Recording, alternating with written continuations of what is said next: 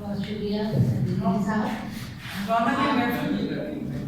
جی میں بھی دوست نقانہ کی کشمکش کو تھوڑا سا دور کرنے کے لیے یہاں دوبارہ آپ لوگوں کے سامنے آئی ہوں، اور اب اپنے صاحب صدر جناب ڈاکٹر فیض قاسم کی اجازت سے میں چاہتی ہوں کہ ہمارے مخالف اور نیاز مندانِ کراچی کے صدر جناب رونق خیاض صاحب ظاہر ہے کہ شہر میں داخل ہو جاتی ہے کسی نہ کسی حوالے سے، تو وہ آ گئے ہیں. تو اگر آپ چاہیے بہت شکریہ. میں ملتمس ہوں رونق خیاض صاحب سے کہ آپ آئیے اور آ کر اپنے گرامر خیالات کا اظہار کیجیے. محترم رونق خیاض صاحب نیاز مندانِ کراچی کے آواز اور صدر.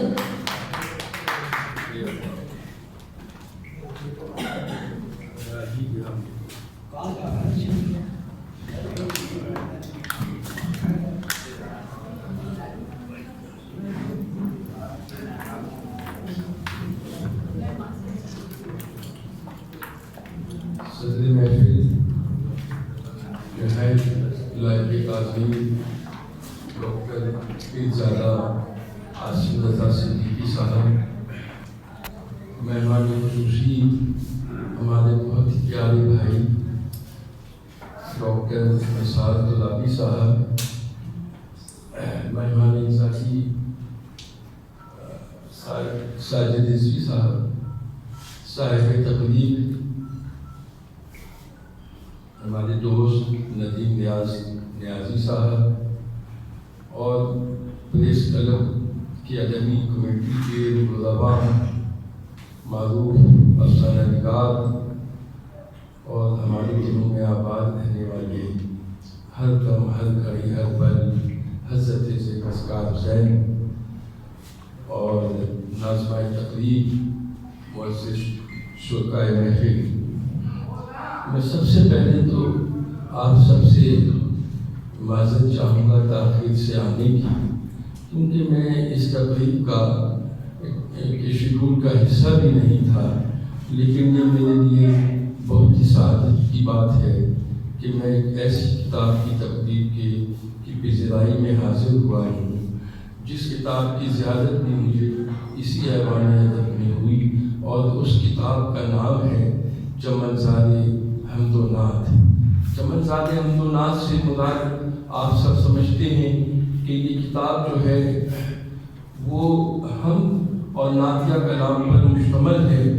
حمد جس کے بارے میں حفیظ طائب نے کہا کہ حفیظ طائب نے کہا حمد کب آدمی کے بس میں ہے، ایک حسرت نفس نفس میں ہے.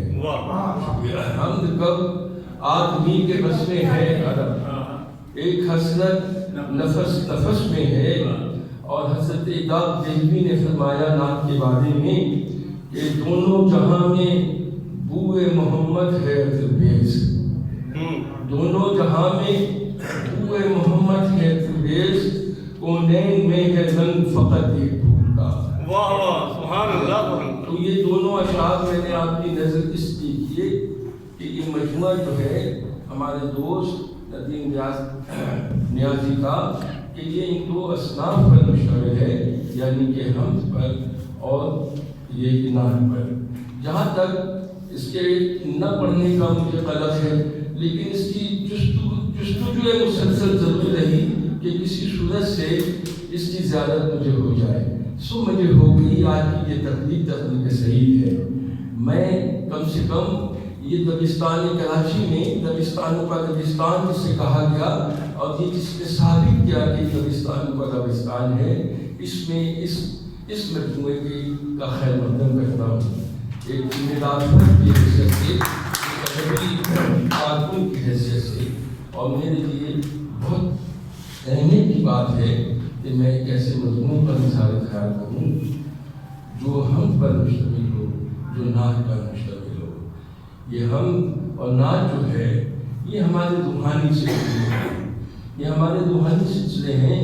میں اس کتاب کے مصنف کو کچھ اس طرح جانتا ہوں کہ وہ جو ہے وہ ڈپٹی کمشنر آفس سپی میں سپرنٹینڈنٹ کے فرائض ادا کرتے ہیں، اور شعر بھی لکھتے ہیں، اور شعری عمل سے اور شعری منظرنامے سے جڑے ہوئے 24 گھنٹے شعری منظرنامے سے جڑے ہوئے ہیں۔ دیکھیے ایک طرف وہ اندلیبان رسول کے سیکرٹری جنرل ہیں، دستگیر کشت پاکستان، حلقہ پاسبان حق پاکستان، دستک ویلفیئر سوسائٹی، جنگ کوئٹہ اور جنگ نیوز سٹی کے اضافی نمائندے ہیں، naan polish commission, writers forum Quetta, ادب سرائے سیاد صاحبال، دبستان واضح، دبستان گلران کوئٹہ کے اعزازی رکن ہیں، جبکہ علامہ نیاز الدین سہروردی کے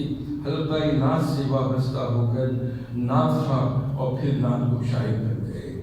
یقیناً جب وہ شاعر بن گئے تو ہمارے قلم قبیلے سے ان کا ایک تعلق پیدا ہو گیا۔